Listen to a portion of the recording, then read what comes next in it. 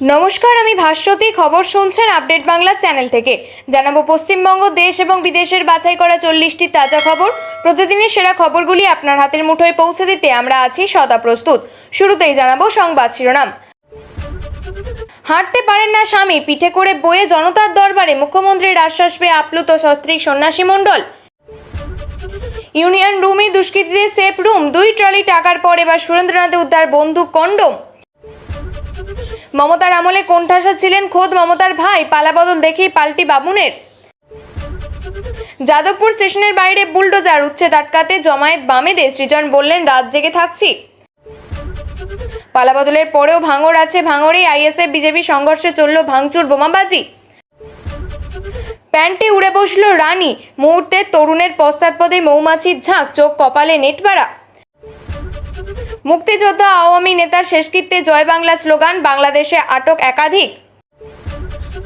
Form জমার আগে অন্নপূর্ণা যোজনার টাকা কারা পেলেন সুবিধা, তালিকা নিয়ে কাঠগড়ায় বিজেপি। তৃণমূল দলটাকে ব্যান করার দাবি মন্ত্রী দিলীপ ঘোষের, কেন একথা বলছেন তিনি? ক্ষমতা হারিয়েই মাথা গরম, প্রথম দিনেই নবান্ন লালবাজার ঘেরাওয়ের চরম হুমকি মমতার। কালীঘাটে না গিয়ে রথীন ঘোষের বাড়িতেই বিদ্রোহী তৃণমূল বিধায়কদের বৈঠক, জল্পনা। গরুকে জাতীয় পশু ঘোষণা করা হোক, দাবি তুলছেন মুসলিমরাও, জবাবে যোগী আদিত্যনাথ যা বললেন। বিরাট চক্র ফাঁস, নদিয়ার একটি ব্লকেই লক্ষ্মীর ভাণ্ডার পেত 173 জন পুরুষ, পিছনে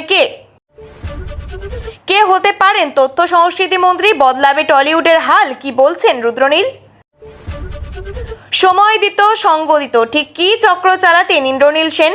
পর্দা ফাঁস করতে এবার মুখ্যমন্ত্রীর কাছে 2 গায়িকা। ঘাসফুল প্রতীকটাই ব্যান হয়ে যাবে, মূল পর্বে বড় বিপর্যয়ের মুখে তৃণমূল। দিনের মধ্যেই বদলে যাবে কৈখালি হলদিরামের চেহারা, রাস্তায় গিয়ে নির্দেশ দিয়ে এলেন অগ্নিমিত্রা। মেয়র পরিষদের পদে ইস্তফা তারক সিংয়ের, ক্ষোভ উগরে দিয়ে বললেন মেয়রের সম্বন্ধে অভিযোগ আছে। মোথাবাড়ি কাণ্ডে 4টি মামলায় 31 জনের বিরুদ্ধে চার্জশিট দিল এনআইএ, 2টি মামলায় নাম রইল মূল চক্রী মোফাক্কেরুলের। সই কাণ্ডে তৃণমূলের 3 বিধায়কের হাতের লেখার নমুনা সংগ্রহ করতে চায় সিআইডি, আবেদন মঞ্জুর ব্যাংশাল কোর্টে। 150 লোক আর সাংবাদিক 200, দলটাই তো ফলতার মতো হয়ে গিয়েছে। মমতার ধর্ণা দেখে তীব্র কটাক্ষ মুখ্যমন্ত্রী শুভেন্দুর। সই বিতর্কের মধ্যে স্পিকারকে ফের চিঠি অভিষেকের, অতীত স্মরণ করিয়ে বিরোধী দলনেতা হিসাবে শোভন দেবের নাম প্রস্তাব। কলকাতায় গ্রেপ্তার তৃণমূলের 2য় কাউন্সিলর, তোলাবাজির অভিযোগে এবার পুলিশের জালে শচীন সিংহ। ভাঙন শঙ্কার মধ্যে মমতার ধর্ণা নিয়েও অনিশ্চয়তা, পরিস্থিতি নিয়ে সলা পরামর্শে কালীঘাটের বাড়িতে মদন কুণাল দোলা। হাসপাতালে যাওয়ার পথে পুলিশ ভ্যান থেকে ঝাঁপ, মুর্শিদাবাদে পগার পার কুখ্যাত আসামি। তাসের ঘরের মতো ভাঙছে অনুব্রতর গড়ও, এবার কোর কমিটি থেকে ইস্তফা দিচ্ছেন প্রাক্তন মন্ত্রী আশিসও। বিধানসভার গেটে হতার দেখা, তাপসের বাড়ি গিয়ে লুচি পটল ভাজা খেতে চাইলেন কুণাল। কাঁটাতার পেরিয়ে বিয়ে করে ভারতে সংসার, বাংলাদেশিকে হোল্ডিং সেন্টারে পাঠালো পুলিশ। তৃতীয় পক্ষের হস্তক্ষেপ মানব না, লিপুলেখা বিতর্কে নেপালের প্রধানমন্ত্রী বলেন্দ্রকে কড়া বার্তা ভারতের। জীবনতলায় অস্ত্রভাণ্ডার, শওকত মোল্লা ঘনিষ্ঠ তৃণমূল নেতার বাড়িতে মিলল বিপুল কার্তুজ। মারলে মারো, কিন্তু সব জায়গায় যাব, ধর্ণা মঞ্চ থেকে বিজেপিকে চ্যালেঞ্জ নেত্রীর। রোদে পুড়েও দলনেত্রীর ডাকে ধর্নায় যাদবপুরের অতিশীপর তৃণমূল কর্মী। কলেজের ইউনিয়ন রুমে মিলল লক্ষ লক্ষ উইপোকায় খাওয়ার নোট। পদ রাখতে রাজনীতির সঙ্গে দূরত্ব এড়াতে মরিয়া বাবুন, বিস্ফোরক অরূপ সুজিতকে নিয়েও। খেল খতম, ঘাসফুল হজম, বহিষ্কৃতদের আস্তানায় হাজির জাভেদ শিউলি। ক্ষমতা হারিয়ে এবার কি আড়াআড়ি ভাঙনের মুখে পিসি ভাইবোর দল? পৌরসভায় ময়লা ফেলার গাড়ি বিক্রি করে টাকা আত্মসাতের অভিযোগ, আত্মঘাতী পঞ্চায়েত প্রধান। আপনাদের কাছে একটা অনুরোধ রইল, আমরা প্রতিদিন চেষ্টা করি আপনাদের জন্য সঠিক, সংক্ষিপ্ত এবং নিরপেক্ষ খবর পৌঁছে দিতে। আমাদের এই ছোট্ট চেষ্টাকে যদি আপনার ভালো লাগে তাহলে দয়া করে একটা লাইক দিয়ে পাশে থাকার বার্তা দিন। আপনাদের একটা লাইকই আমাদের আগামী দিনের অনুপ্রেরণা। এবার এক এক করে দেখে নেব বিস্তারিত খবর। ত্রাণে দুর্নীতির অভিযোগ, আটক কালনার প্রাক্তন তৃণমূল বিধায়ক। পালানোর চেষ্টা করলে আটক প্রাক্তন তৃণমূল বিধায়ক দেবপ্রসাদ বাগ। মধ্যরাতে দেবপ্রসাদ বাগের বাড়িতে পুলিশ এবং কেন্দ্রীয় বাহিনী। দেবপ্রসাদ বাগের গ্রেপ্তারের দাবিতে সরব স্থানীয়রা। বাড়ি ঘিরে বিক্ষোভ, দরজা বন্ধ থাকায় বাড়ির বাইরে দীর্ঘক্ষণ অপেক্ষা করে পুলিশ, কেন্দ্রীয় বাহিনী। পালানোর চেষ্টা করলে আটক দেবপ্রসাদ বাগ। আগেই গ্রেপ্তার প্রাক্তন বিধায়ক ঘনিষ্ঠ ব্লক সভাপতি প্রণব রায়। ব্লক সভাপতির পার্টি অফিস থেকে উদ্ধার হয় প্রচুর ত্রাণ সামগ্রী। বাড়িতে বিপুল ত্রাণ সামগ্রী মজুদ। আটক তৃণমূলের পঞ্চায়েত প্রধান। আটক সন্দেশখালী 2 নম্বর ব্লকের দুর্গামণ্ডপ গ্রাম পঞ্চায়েতের প্রধান লক্ষণ চক্রবর্তী। লক্ষণ চক্রবর্তীর খাটের নিচ থেকে উদ্ধার বিপুল পরিমাণ ত্রাণ সামগ্রী। মিলল সরকারি শাড়ি, জামা কাপড় সহ ত্রাণের সামগ্রী। আর এদিন এই প্রসঙ্গে প্রতিক্রিয়া জানালেন দিলীপ ঘোষ। তৃণমূল নেতাদের অফিস থেকে ত্রাণ সামগ্রী উদ্ধার হচ্ছে, এত অপকর্মে তৃণমূল দলটাকে পুরো ব্যান করে দেওয়া উচিত, দাবি মন্ত্রী দিলীপ ঘোষের। জেলায় জেলায় গ্রামবাসীরা ভয় কাটিয়ে ত্রাণ বঞ্চনার অভিযোগে সরব হচ্ছেন। তাদের সেই অভিযোগের ভিত্তিতে পুলিশের অভিযানে প্রায় প্রতিদিনই তৃণমূল নেতাদের বাড়ি, গোডাউন এবং পার্টি অফিস থেকে উদ্ধার হচ্ছে বিপুল ত্রাণ সামগ্রী। যে ত্রাণ দুর্গত অসহায় গরিব মানুষদের পাওয়ার কথা, সেই ত্রাণ সামগ্রী বন্টনের আগে কোনো সরকারি ঠিকানায় থাকার কথা, তা উদ্ধার হচ্ছে তৃণমূল নেতাদের বাড়ি এবং ব্যক্তিগত গোডাউন থেকে। আর এই প্রসঙ্গে বলা হচ্ছে, আইলা ত্রিপল থেকে বন্যার সময় হাঁড়িকুড়ি দেওয়া হতো, যেসব জমা আছে, ব্যারেল ব্যারেল তেল জমা আছে, আরও কত কি পাওয়া যাচ্ছে। এই ধরনের অপকর্ম করার জন্য ওই পার্টি অফিস ছিল, সেই জন্য পার্টি তো ক্যান্সেলই করে দেওয়া, ব্যান করে দেওয়া উচিত। 2026 সালের বিধানসভা নির্বাচনে বাংলার সচেতন মানুষের নজিরবিহীন রায়ে নবান্ন থেকে ক্ষমতাচ্যুত হয়েছে তৃণমূলকে। ঐতিহাসিক এই মহাবিপর্যয়ের পর এই প্রথম রাজপথে পা রেখেছিলেন তৃণমূল নেত্রী মমতা বন্দ্যোপাধ্যায়। তবে বিরোধী আসনে বসার পর প্রথম দিনই তার মেজাজ এবং উস্কানিমূলক ভাষা দেখে রাজনৈতিক মহলে স্পষ্ট দাবি, ক্ষমতা হারানোর তীব্র ছটফটানি আর পরাজয়ের চরম হতাশা এখনও সামলে উঠতে পারেনি তৃণমূল শিবির। মঙ্গলবার ধর্মতলা ওয়াই চ্যানেলে আয়োজিত একটি ধর্ণামঞ্চ থেকে যেভাবে তিনি পুলিশ এবং প্রশাসনকে প্রকাশ্যে হুমকি দিলেন, তা নিয়ে ইতিমধ্যেই রাজ্য রাজনীতিতে ধিক্কারের ঝড় উঠছে। ভোটের বড় ধাক্কা সামলে নিজের ঘর গোছাতে এবং বিপর্যস্ত কর্মীদের চাঙ্গা করতে ধর্মতলায় ধর্নায় বসেন প্রাক্তন মুখ্যমন্ত্রী। কিন্তু সেখানে বক্তব্য রাখতে গিয়ে কার্যত মেজাজ হারিয়ে পুলিশকে হুমকি দিতে শুরু করেন তিনি। তার অভিযোগ, এই কর্মসূচিতে নাকি কর্মীদের আসতে বাধা দেওয়া হয়েছে। এরপরই উপস্থিত পুলিশ কর্মীদের উদ্দেশ্যে তর্জনী উঁচিয়ে তিনি বলেন, যারা আসতেন তাদের ঢুকতে দিন, না হলে লালবাজার ঘেরাও হবে, নবান্ন ঘেরাও হবে, সব থানা ঘেরাও হবে। একটি গণতান্ত্রিক রাষ্ট্রে দাঁড়িয়ে খোদ রাজ্য সচিবালয় বা কলকাতা পুলিশের সদর দপ্তর ঘেরাওয়ের এই চরম অরাজকতা হুঁশিয়ারিকে ভালো চোখে দেখছে না আমজনতা। সমালোচকদের প্রশ্ন, প্রথম দিনে আইন নিজের হাতে তুলে নেওয়ার এই উস্কানি কেন? তবে এই চরম উস্কানিমূলক বার্তার পরপরই নিজের আইনি পিঠ বাঁচাতে সুর নরম করে ড্যামেজ কন্ট্রোলের চেষ্টা করেন মমতা বন্দ্যোপাধ্যায়। তিনি যোগ করেন, আমি পুলিশকে দোষ দিচ্ছি না, ওদের কোনো ভুল নেই, আমিও প্রশাসনে ছিলাম, ওরা চেয়ারের কথা শোনে, চেয়ার যা বলে তাই করে। তৃণমূল নেত্রীর এই ডাবল স্ট্যান্ডার্ড মন্তব্যকে ঘিরেই ধেয়ে আসছেন সব থেকে বড় কটাক্ষ। বিজেপি ঘনিষ্ঠ মহল এবং রাজনৈতিক বিশেষজ্ঞদের প্রশ্ন, ক্ষমতা চলে যাওয়ার পর পুলিশকে চেয়ারের দাস বলে সান্ত্বনা দেওয়ার এই চতুর নাটক কেন? দীর্ঘ 15 বছর যখন বাংলায় তৃণমূলের জামানায় পুলিশের একাংশকে রাজনৈতিক স্বার্থে ব্যবহার করার ভুরি ভুরি অভিযোগ উঠত, তখন কি তারা নিরপেক্ষ ছিল? আজ ক্ষমতায় হাতছাড়া হতেই কেন পুলিশের উপরে এইভাবে ভরসা চলে গেল প্রাক্তন মুখ্যমন্ত্রীর? তা নিয়ে নেট পাড়াতেও ব্যঙ্গের বন্যা বয়ে গিয়েছে। বিজেপি শিবিরের স্পষ্ট দাবি, বাংলার মানুষ ইভিএমের মাধ্যমে তৃণমূলের দীর্ঘদিনের সিন্ডিকেট, কাটমানি আর হিংসার রাজনীতিকে চিরতরে বিদায় জানিয়েছেন। এই ঐতিহাসিক পরাজয়কে হজম করতে না পেরে প্রথম দিন থেকে এই ধরনের ঘেরাও এবং অরাজকতা তৈরি করতে চাইছেন মমতা বন্দ্যোপাধ্যায়। পদ্ম শিবিরের স্পষ্ট বক্তব্য, বাংলায় আর কোনো ধরনের আইনি শৃঙ্খলা ভাঙার চেষ্টা বা দাদাগিরি বরদাস্ত করা হবে না। পরাজয়ের হতাশা থেকে সাধারণ মানুষকে উস্কে দেওয়ার এই অগণতান্ত্রিক রাজনীতিকে বাংলার শুভবুদ্ধি সম্পন্ন মানুষ সম্পূর্ণ প্রত্যাখ্যান করছে। তৃণমূলের অন্দরে চলা টানাপোড়েনের আবহে এবার চর্চার কেন্দ্রে মধ্যমগ্রামের বিধায়ক তথা প্রাক্তন মন্ত্রী রথীন্দ্র ঘোষ।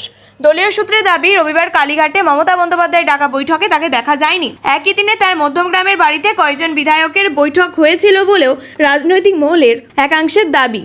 তবে অন্যদিকে অসমর্থিত সূত্রের দাবি, রবিবার রথীন ঘোষের মধ্যমগ্রামের বাড়িতে মোট 9 জন তৃণমূল বিধায়কের একটি বৈঠক হয়েছিল। ওই বৈঠকে সদ্য বহিষ্কৃত ঋতব্রত বন্দ্যোপাধ্যায়, সন্দীপন সাহাও উপস্থিত ছিলেন বলে দাবি করা হয়েছে। তবে সেখানে মোট কতজন বিধায়ক উপস্থিত ছিলেন বা বৈঠকের প্রকৃতি কী ছিল, তার সত্যতা যাচাই করা সম্ভব হয়নি। উল্লেখযোগ্যভাবে মঙ্গলবার কলকাতায় মমতা বন্দ্যোপাধ্যায়ের কর্মসূচিতেও রথীন ঘোষকে দেখা যায়নি বলে দলীয় একাংশের দাবি। ফলে কালীঘাটের বৈঠকে তাকে না দেখা যাওয়া এবং একই দিনে মধ্যমগ্রামের কথিত বৈঠকের ঘটনাকে ঘিরে রাজনৈতিক মহলে নানান ব্যাখ্যা সামনে আসতে শুরু করেছে। যদিও বৈঠকের জল্পনা উড়িয়ে দিয়েছেন রথীন ঘোষ, তিনি শুধু জানিয়েছেন শরীরের খোঁজ নিতে এসেছিলেন। এই প্রসঙ্গে মঙ্গলবার বিধানসভায় সংবাদ মাধ্যমের মুখোমুখি হয়ে ঋতব্রত বন্দ্যোপাধ্যায় বলেন, শুধু পেশাদারি কারণে নয়, সকলের সঙ্গে আমার ব্যক্তিগত যোগাযোগ রয়েছে। কেন আমি মিথ্যে কথা বলতে যাব? রথীন ঘোষের বাড়িতে গিয়েছিলাম, আমার সঙ্গে দু একজন বিধায়কও ছিলেন। দুজনের এই মন্তব্যের পর মধ্যমগ্রামে বৈঠক নিয়ে চলা জল্পনা আরও জোরালো হয়েছে। সেখানে মোট কতজন বিধায়ক উপস্থিত ছিলেন তা বৈঠকের প্রকৃতি কী ছিল তার সত্যতা যাচাই করা সম্ভব হয়নি। উল্লেখযোগ্যভাবে মঙ্গলবার কলকাতায় মমতা বন্দ্যোপাধ্যায়ের কর্মসূচিতেও রথীন ঘোষকে দেখা যায়নি বলে দলীয় একাংশের দাবি। মঙ্গলবার বিধানসভা থেকে বেরোতেই স্বাভাবিকভাবে চিঠি নিয়ে তাকে প্রশ্ন করা হয়। সেখানেই ঋতব্রত দাবি করেন চিঠি নিয়ে তার কিছু জানা নেই, গল্পের গরু তো গাছে তুলতে পারবে না। এদিন সকালে তাপস রায়ের একটি পোস্টে নতুন তৃণমূলের জল্পনা উস্কে দিয়েছিল। তা নিয়ে ঋতব্রত বলেন, উনি কি পোস্ট করেছেন উনি বলতে পারবেন, তবে আমি নাকি দক্ষিণ কলকাতার হোটেলের বৈঠকে একাধিক বিধায়কের সঙ্গে বসেছি বলে শোনা যাচ্ছে। আমি বলবো আমার টাওয়ার লোকেশন দেখুক আমি কোথায় ছিলাম। যদিও রথীন ঘোষ শিউলি সাহার সঙ্গে দেখা করার কথা স্বীকার করে নিয়েছেন তিনি। গো হত্যা থেকে গো মাংস বিক্রি, প্রকাশ্যে গোমাংস খাওয়া নিয়ে বহুবিধ নিষেধাজ্ঞা রয়েছে রাজ্যগুলিতে। ঈদে গোমাংস খাওয়া নিয়েও রাজনৈতিক চর্চা অব্যাহত। সেই আবহে মুসলিম সমাজের একাংশের তরফে গরুকে জাতীয় পশু ঘোষণার দাবি তোলা হয়েছে। মৌলভী ইমামরাও গরুকে ভারতের জাতীয় পশু ঘোষণার দাবি তুলছেন। সেই নিয়ে এবার মুখ খুললেন উত্তরপ্রদেশের মুখ্যমন্ত্রী যোগী আদিত্যনাথ। যোগী আরও বলেন, মা এবং ছেলের মধ্যে কিছু ঘোষণার প্রয়োজন আছে কি? মাকে সম্মান করার কথা কি বলে দিতে হয় ছেলেকে? এটা আমাদের সংস্কার। মায়ের প্রতি যে শ্রদ্ধা আমাদের, গোমাতাকেও তেমন মা মনে করি। যোগীর কথায়, গরু পশু নয়, তোমাদের বুদ্ধি পশুর মতো। যে কারণে আমাদের গোমাতাকে পশু বলছো তোমরা, তোমাদের চিন্তা ভাবনাই পশুর মতো, তাই গোমাতাকে পশু বলছো। যোগীর মন্তব্যে হাততালিতে ফেটে পড়ে চারিদিক। মুসলিমদের বিরুদ্ধে দ্বিচারিতার অভিযোগও তোলেন যোগী। তাকে বলতে শোনা যায়, তোমাদের এই দ্বিচারিতা একদিকে গো হত্যাকে প্রশ্রয় দাও। বকরি ঈদে দেখেছিলাম ওরা চেলারা সোশ্যাল মিডিয়ায় গোমাতার ছবি দেখিয়ে অভিনন্দন জানাচ্ছিল। উত্তরপ্রদেশে গো হত্যার পরিণাম জানো তো? জানলে বোঝাও ওদের, নয়তো কয়েক প্রজন্মের ফল মনে রাখবে। সেখানেই থামেননি যোগী। তাকে বলতে শোনা যায়, গোমাতাকে জাতীয় পশু করতে বলেছে। আরে গোমাতা তো ঘোষিত রাষ্ট্রমাতা, কাউকে রাষ্ট্রমাতা ঘোষণা করতে হবে না। আমাদের মা গঙ্গা মায়ের যেমন পরিচিতির দরকার নেই, তেমনি স্বতঃস্ফূর্তভাবে ঘোষিত আমাদের সংস্কার এটাই। যেমন গঙ্গাকে আমরা মা মনে করি, গোমাতাও আমাদের কাছে তেমনই। তবে শুধু মুসলিম সমাজ থেকে নয়, এর আগে গরুকে জাতীয় পশু দাবির ঘোষণা শোনা গিয়েছে বিজেপির অন্দর থেকেও। বিজেপির নেতা তথা প্রাক্তন সাংসদ কিশোরীলাল মিনা সেই নিয়ে সরব হয়েছিলেন। 2021 সালে রাজ্যসভায় সেই দাবিও তোলেন তিনি। বর্তমানে রাজস্থানের মন্ত্রী তিনি। 2023 সালে বিজেপির সাংসদ ভগীরথ চৌধুরীও সরকারের জবাব চেয়েছিলেন, জানতে চেয়েছিলেন গরুকে জাতীয় পশু করার দাবি নিয়ে কি ভাবছে সরকার। তিনি গরুকে জাতীয় পশু ঘোষণার পক্ষে ছিলেন। বর্তমানে কেন্দ্রীয় সরকারের প্রতিমন্ত্রী তিনি। যদিও কেন্দ্রীয় আইনমন্ত্রী অর্জুন রাম মেঘওয়াল জানিয়েছেন, আপাতত সেই নিয়ে কিছু ভাবছে না কেন্দ্র। দিকে দিকে হদিশ মিলছে পুরুষ লক্ষ্মীর, অর্থাৎ পুরুষ হয়েও যারা লক্ষ্মীর ভাণ্ডারের টাকা নিয়েছেন, গ্রেপ্তার হয়েছেন একের পর এক। বহরমপুরের রাকিবুল শেখ থেকে রঘুনাথগঞ্জের তারিকুর রহমান, মুস্তাফিজুর রহমান, একের পর এক নাম তালিকায়। জেলায় জেলায় গ্রেপ্তার হচ্ছেন অনৈতিকভাবে লক্ষ্মীর ভাণ্ডার পাওয়া তৃণমূলের পুরুষের নেতারা। এদের কাউকে ছাড়া হবে না বলে কড়া বার্তা দিয়েছেন মুখ্যমন্ত্রী শুভেন্দু অধিকারী। এবার পুরুষ লক্ষ্মীর তালিকা আরও লম্বা হলো। নদিয়ার কৃষ্ণনগর 2 নম্বর ব্লকে অন্তত 173 জন পুরুষ লক্ষ্মীর হদিশ মিলল। বিডিও অফিস সূত্রে খবর, চলতি বছরের ফেব্রুয়ারি মাস থেকে এই ব্লকে অন্তত 173 জন পুরুষ উপভোক্তার নাম ঢোকানো হয়েছে। এতদিনে তাদের অ্যাকাউন্টে পৌঁছেছে টাকা। বিজেপির অন্নপূর্ণা ভাণ্ডার প্রকল্প শুরুর আগে তালিকা ঝাড়াই বাছাই শুরু করেছে, আর তাতেই বেরিয়ে পড়েছে এই ঘটনা। ইতিমধ্যেই তাদের চিহ্নিত করে তালিকা থেকে নাম বাতিলের জন্য জেলা শাসকের কাছে আবেদন জানিয়েছেন কৃষ্ণনগর 2 নম্বর ব্লকের বিডিও। অন্যদিকে এই ঘটনার ভোলাশীল নামে বিডিও অফিসের এক কর্মীকে শোকজ করা হয়েছে। তৃণমূল করায় ছেলেকে ফাঁসানো হচ্ছে বলে অভিযোগ ভোলাশীলের মায়ের। যারা লক্ষ্মীর ভাণ্ডার লুট করেছেন কাউকে তো ছাড়া হবে না। ডিজিপিকে বলা হয়েছে সিট গঠন করতে। সোমবার ফের একবার লক্ষ্মীর ভাণ্ডারে দুর্নীতির অভিযোগ নিয়ে কড়া বার্তা দিয়েছেন মুখ্যমন্ত্রী শুভেন্দু অধিকারী। তদন্ত কি যেতে পারে কেন্দ্রীয় এজেন্সির হাতে? তেমনই ইঙ্গিত মিলেছে শুভেন্দু অধিকারীর মন্তব্যে। উঠবে। ঠিক কী বলেছেন মুখ্যমন্ত্রী? অবৈধ অনুপ্রবেশকারীরা তো পাচ্ছেন, তার সাথে সাথে হাজার হাজার তৃণমূল কংগ্রেসের নেতা যারা মহিলা নন বা এই কর্মসূচির আওতায় আসেন না, তারা লক্ষ্মীর ভাণ্ডার লুট করেছেন। সেটা আমরা পেয়েছি, আমরা কাউকে ছাড়ব না। বাড়ির লক্ষ্মী মানে মহিলাদের জন্য তৃণমূল সরকার চালু করেছিল লক্ষ্মীর ভাণ্ডার, কিন্তু সেই প্রকল্পের উপভোক্তার তালিকাতেও মিশেছিল জল, যার জেরে পুরুষ হয়ে গিয়েছিলেন লক্ষ্মী। সেই তালিকা কতটা লম্বা তা প্রতিনিয়ত সামনে আসছে। এবার এর পিছনে কাজ করছে বড় কোনো চক্রান্ত। কেঁচো খুঁড়তে কেউটেই এখন বেরিয়ে না পড়ে। তৈরি হয়ে গেল নতুন মন্ত্রিসভা। শপথ নিয়ে ফেলেছেন 13 জন পূর্ণমন্ত্রী, 3 জন স্বাধীন দায়িত্বপ্রাপ্ত মন্ত্রী এবং 19 জন প্রতিমন্ত্রী। তা নিয়ে রাজ্যজোড়া চর্চার মধ্যেই নয়া মন্ত্রিসভা নিয়ে আশার আলো দেখছেন শিবপুরের বিধায়ক রুদ্রনীল ঘোষ। একরাশ উচ্ছ্বাসের সঙ্গে বলছেন, আমার খুব আনন্দ হয়েছে সমাজের বিভিন্ন স্তরের যারা জনপ্রতিনিধি, শিক্ষক থেকে পরিচারিকা, তারা দায়িত্ব পেয়েছেন। এদিকে নাটক সিনেপাড়াতেও তার দায়িত্ব বেড়েছে রুদ্রনীলের। পরবর্তীতে রাজনীতিতে নাম লেখানোর পরেও সমান তালে চালিয়ে গিয়েছেন সিনেমার কাজও। বিজেপির প্রচারে রুদ্রনীলের শিল্পকলার ছাপ বরাবরই দেখা গিয়েছে। কিন্তু বিজেপি সরকারের নতুন মন্ত্রিসভা কে পেতে পারেন তথ্য সংস্কৃতি দপ্তর? কি খবর আছে রুদ্রনীলের কাছে? যদিও অকপটে বলছেন কোনো আন্দাজ নেই, আন্দাজ করার চেষ্টা করিনি, তার সাপ কথা। দায়িত্বপ্রাপ্ত ব্যক্তি যিনি হন না কেন কাজ হবে। এই দুনিয়া থেকে কেউ এলে কাজ হবে, না হলে হবে না, এটা মনে করি না। সিদ্ধান্ত অবশ্যই নেবেন মাননীয় মুখ্যমন্ত্রী। আমরা প্রত্যেককে চাই সেই সরকার ভরসাহীন, ভরসামুক্ত একটা কাজের পরিবেশ তৈরি করে দিক। সেই পরিবেশ থাকলেই সাংস্কৃতিক ক্ষেত্রে উন্নতি হবে। এরপরেই মুখ্যমন্ত্রী শুভেন্দু অধিকারীর দরাজ প্রশংসা করেও তৃণমূলকে এক হাত নেন। বলেন, মুখ্যমন্ত্রী শিল্প, সংস্কৃতি, সাহিত্যের ব্যাপারে অত্যন্ত সতর্ক এবং সংবেদনশীল। আগের সরকারের আমলে একটা চূড়ান্ত স্বৈরাচার স্বজন পোষণের মাধ্যমে কলুষিত হয়েছিল এই ক্ষেত্রকে। সম্প্রতি আপনারা দেখলেন শ্রদ্ধেয় পরিচালক অনিক দত্তের আকস্মিক মৃত্যুর পর তার পরিবার যাতে নির্বিঘ্নে তাদের মতো করে সব কাজ সম্পন্ন করতে পারে, তথ্য সংস্কৃতি মন্ত্রক যাবতীয় বন্দোবস্ত করেছে। প্রশাসনে তাদের দায়িত্ব পালন করছে। এরপরেই প্রাক্তন মুখ্যমন্ত্রী মমতা বন্দ্যোপাধ্যায়ের উদ্দেশ্যে তীব্র কটাক্ষের সুর। এর আগে মুখ্যমন্ত্রী রবীন্দ্রনাথ ঠাকুর, কাজী নজরুল ইসলাম থেকে সত্যজিৎ রায়কে বিস্মিত করে দিয়ে একাধারে বহুগুণ সম্পন্ন মানুষ হয়েও শিল্প সংস্কৃতির দুনিয়াকে ভয়ঙ্কর ক্ষতিগ্রস্ত করেছেন। সুর চড়িয়েছেন তাবেদারি, স্বজন পোষণীয় যোগ্য ব্যক্তিরা যাতে কাজ থেকে কোনোভাবেই বঞ্চিত না হয়, সেই চেষ্টা যে নতুন সরকার শুরু থেকেই করছে তাও বলেন রুদ্রনীল। আগের সরকারের স্বৈরতান্ত্রিক কাঠামোয় যাতে কোনো ছাপ আর না থাকে তা দেখাশোনা শুরু হয়ে গেছে। রুদ্রনীল বলছেন, এই সমস্যা আগের সরকার এবং তাদের তাবেদাররা তৈরি করেছিলেন। সিনেমার পাশাপাশি বিভিন্ন ক্ষেত্র, সঙ্গীত, নৃত্যের মতো ক্ষেত্রেও তৃণমূল কংগ্রেসের দায়িত্বপ্রাপ্ত ব্যক্তিরা অবিরত কি ক্ষতি করে গিয়েছেন মমতা বন্দ্যোপাধ্যায়ের প্রশ্রয়ে তা সকলের জানা। এই সমস্যা কেটে গিয়ে যাতে যোগ্যরা কাজ পান, সেটা শিল্পী, টেকনিশিয়ান থেকে লেখক যেই হোক না কেন, পরিবেশ যাতে আর স্বৈরতান্ত্রিক না থাকে তা দেখার জন্য প্রাথমিক দিকে মুখ্যমন্ত্রী সিনেমার জগতের 4 জনের উপর দায়িত্ব দিয়েছিলেন। আমাদের কাজ ছিল কোথায় কি অন্যায় হয়েছে সেই সম্পর্কিত তথ্য মন্ত্রকের কাছে পৌঁছে দেওয়া। এরপরই তার সংযোজন পরবর্তী ক্ষেত্রে কে দায়িত্ব পাবেন তা রাজ্যের সরকার মাননীয় মুখ্যমন্ত্রী শুভেন্দু অধিকারী নির্দেশ দেবেন। তবে এতটুকু বলবো, যাতে কোনো অরাজকতা, দাদাগিরি না হয় সেই ব্যাপারে বর্তমান সরকার অত্যন্ত সজাগ। এবার ইন্দ্রনীল সেনের বিরুদ্ধে অভিযোগ জানাতে জনতার দরবারে গায়িকা ঋদ্ধি বন্দ্যোপাধ্যায় এবং দোলা বন্দ্যোপাধ্যায়। মঙ্গলবার বিজেপির সদর দপ্তরে সরলেগে জনতার দরবারে বসেন মুখ্যমন্ত্রী শুভেন্দু অধিকারী। সেখানে সকালে হাজির হন 2 গায়িকা। বাইরে সাংবাদিকদের প্রশ্নে স্পষ্ট জানালেন, ইন্দ্রনীল সেনের বিরুদ্ধে অভিযোগ জানাতেই তাদের এখানে আসা।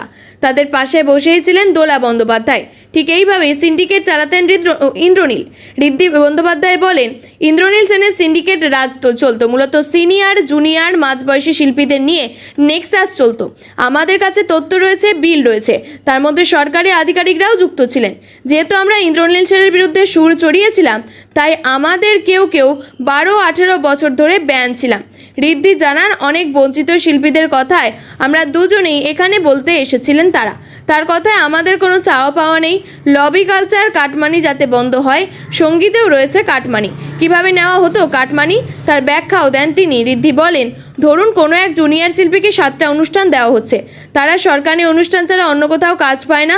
আমরা নিজেদের দামে বেঁচে আছি এতগুলো বছর, মেলা খেলা অনুষ্ঠানে ডাক না পেয়েও ওই শিল্পীরা 7 মাস কিংবা 10টা অনুষ্ঠানের পেমেন্ট পেলেন, তার থেকে কিছুটা ব্যাক করে নিতেন। যারা তাকে সকাল থেকেই হুজুর হুজুর বলে ফোন ঘোরাতো, টাকা দিত, গিফট সময় দিত, সঙ্গ দিত। কিছু কিছু শিল্পী আছেন তারা কাজ পেয়েছেন সরকারের সঙ্গে সেটিং করে। গোটা বিষয়টি মুখ্যমন্ত্রী শুভেন্দু অধিকারীর কাছে জানাতে এসেছিলেন তারা। উল্লেখ্য, কিছুদিন আগে সামাজিক মাধ্যমে ইন্দ্রনীল সেনের বিরুদ্ধে এই অভিযোগে সোচ্চার হন 2 শিল্পী। সেই সময় ইন্দ্রনীল সেনের সঙ্গে সংবাদ মাধ্যমের তরফে যোগাযোগ করা হলেও তিনি জানিয়েছিলেন এই বিষয় নিয়ে তার কোনো মন্তব্য করাটাই রুচিতে বাধে। বিধানসভায় বিরোধী দলের আসনে এখনও বসলেনই না তৃণমূল বিধায়করা। তার আগে বহিষ্কৃত হয়ে গেলেন 2 বিধায়ক। ঋতব্রত বন্দ্যোপাধ্যায় এবং সন্দীপন সাহার সমান্তরাল একটি অক্ষরেখা তৈরি করেছে। আপাতত এই অক্ষরেখা ঘিরে বেষ্টিত হতে শুরু করেছেন বিক্ষুব্ধ তৃণমূলীরা। তৃণমূলের সর্বভারতীয় সাধারণ সম্পাদক অভিষেক বন্দ্যোপাধ্যায়ের বিরুদ্ধে বিদ্রোহ জারি করেছেন 50 বিধায়ক। রীতিমতো অস্তিত্বহীনতায় ভুগছেন তৃণমূল। এই নিয়ে গ্রামোন্নয়ন মন্ত্রী দিলীপ ঘোষকে প্রশ্ন করা হলে তার সাফ কথা, তৃণমূলের প্রতীকটাই ব্যান করে দেওয়া উচিত। তৃণমূল দলের বর্তমান অবস্থা ব্যাখ্যা করতে গিয়ে দিলীপ টেনে আনেন প্রয়াত সুব্রত মুখোপাধ্যায়ের কথা। তিনি বলেন, আমি শুনেছিলাম সুব্রত মুখোপাধ্যায় একটা সময় ঘনিষ্ঠ বৃত্তে বলেছিলেন এটা এখন আর দল নেই, দলই হয়ে গিয়েছে। প্ল্যাটফর্মে অনেক লোক দাঁড়িয়ে রয়েছেন, বিভিন্ন দিকে যাবেন, যারা ট্রেনে আগে আসছেন তিনি চলে যাচ্ছেন, উনি নেই, কিন্তু ওনার কথাটা অক্ষরে অক্ষরে ফলে যাচ্ছে। দিলীপের কথায় আসলে তৃণমূলে যে যেখান থেকে এসেছিল সেখানেই তারা চলে যাচ্ছে। কিছু ধান্দাবাজ লোক এদিক ওদিক থেকে চলে আসছে। দিলীপের কথায় পয়সা কামানোর জন্য তৃণমূল করেছেন লোকগুলো, ভয়ে এখন আর বাড়ি থেকে বেরোচ্ছেন না। আর এই প্রসঙ্গে বলতে গিয়ে দিলীপ ঘোষ বলেন, বিধানসভায় ঢুকলোই না, সাসপেন্ড হয়ে গেল 2 জন। আমি তো অবাক হয়ে যাচ্ছি। মুষল পর্ব শুরু হয়েছে, ধীরে ধীরে ধ্বংসের পথে যাবে, এই দলটা মাটিতে মিটিয়ে যাবে। আর এই প্রসঙ্গে দিলীপ ঘোষ বলেন, বিধানসভায় ঢুকলোই না, সাসপেন্ড হয়ে গেল 2 জন। আমি তো অবাক হয়ে যাচ্ছি। মুষল পর্ব শুরু হয়েছে, ধীরে ধীরে ধ্বংসের পথে যাবে, এই দলটা মাটিতে মিশিয়ে যাবে। আমরা তো শুনেছি পার্টি অফিসে পিঠে তৈরি করতে যেতেন, শুধু দিলীপ কেন? মন্ত্রী অর্জুন সিংও দাবি করেছেন তৃণমূল ভেঙে আলাদা দল হবে। 22শে জুন বিধানসভা অধিবেশন শুরু হওয়ার আগেই তৃণমূল ভেঙে আলাদা তৈরি হবে। এই ছিল আজকে সবথেকে গুরুত্বপূর্ণ খবর। ভালো লাগলে ভিডিওটি শেয়ার করুন এবং চ্যানেলটি সাবস্ক্রাইব করতে ভুলবেন না। আমি ভাস্বতী আবারও ফিরে আসবো আগামী পর্বের নতুন আপডেট নিয়ে। ধন্যবাদ, সুস্থ থাকুন, সাবধানে থাকুন।